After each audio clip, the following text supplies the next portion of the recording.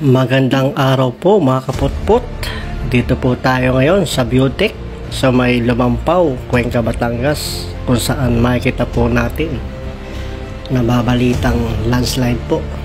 Sa ngayon po makikita po natin ng mga rescuer na bagong dating papunta po ngayon sa Don Juan. Makikita po natin ngayon ang maliwalas na panahon dito ngayon po sa Talik, at bubungod na rin po sa atin unang landslide na makikita natin sa may Emeldas Garden banda. Ayan po, malaki din pong pinsala ang binigay ng bagyong Christine dito.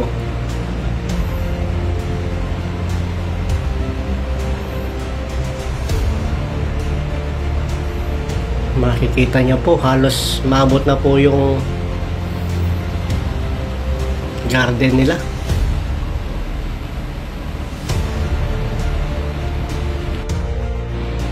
Dito po makaputput, mapapansin nyo po meron din pong iba, 5 po ata o 6 na landslide pa ang ibinigay at dinulot ng bagyong Christine.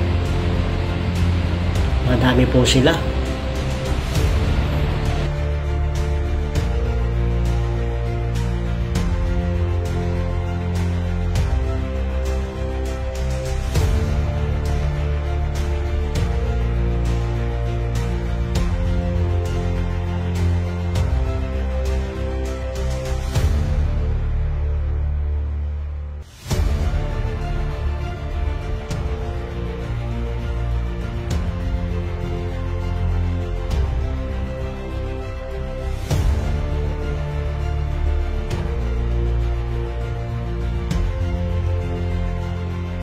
Dito po makikita nyo po ang maliwalas na panahon dito po sa may Talik, at makikita nyo rin po ang Taal Volcano.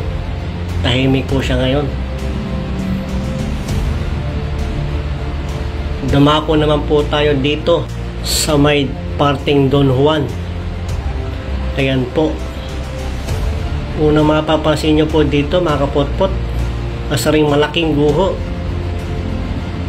na dinulot ng bagyong Christine sa bagong gawang kalsada po.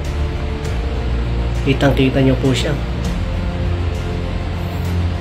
Malabo na po itong puntahan o lumapit po dito sa nasabing kalsadang ginawa po.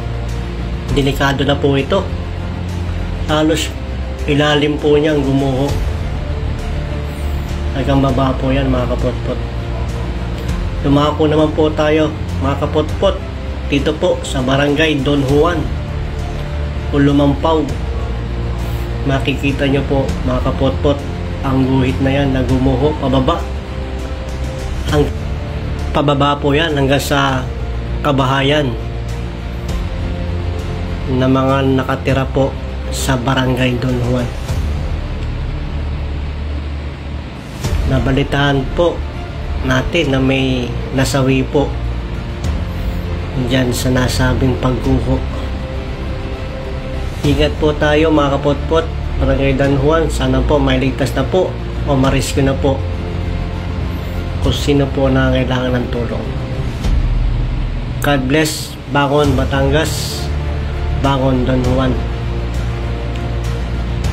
Yan po mga kapotpot, kita nyo po ang bakas ng landslide na dinulot ni Christine.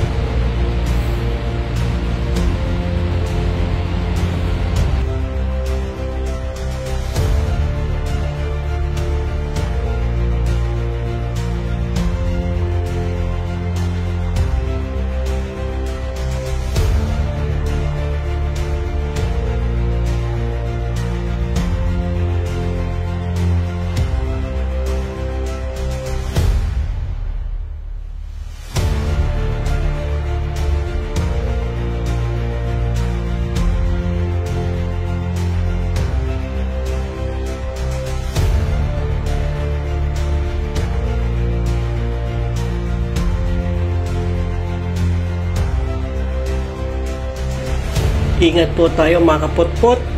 God bless us. Bangon Batangas, bangon Cuenca. Sa ulitin po, inyong lingkod, Alpha TV.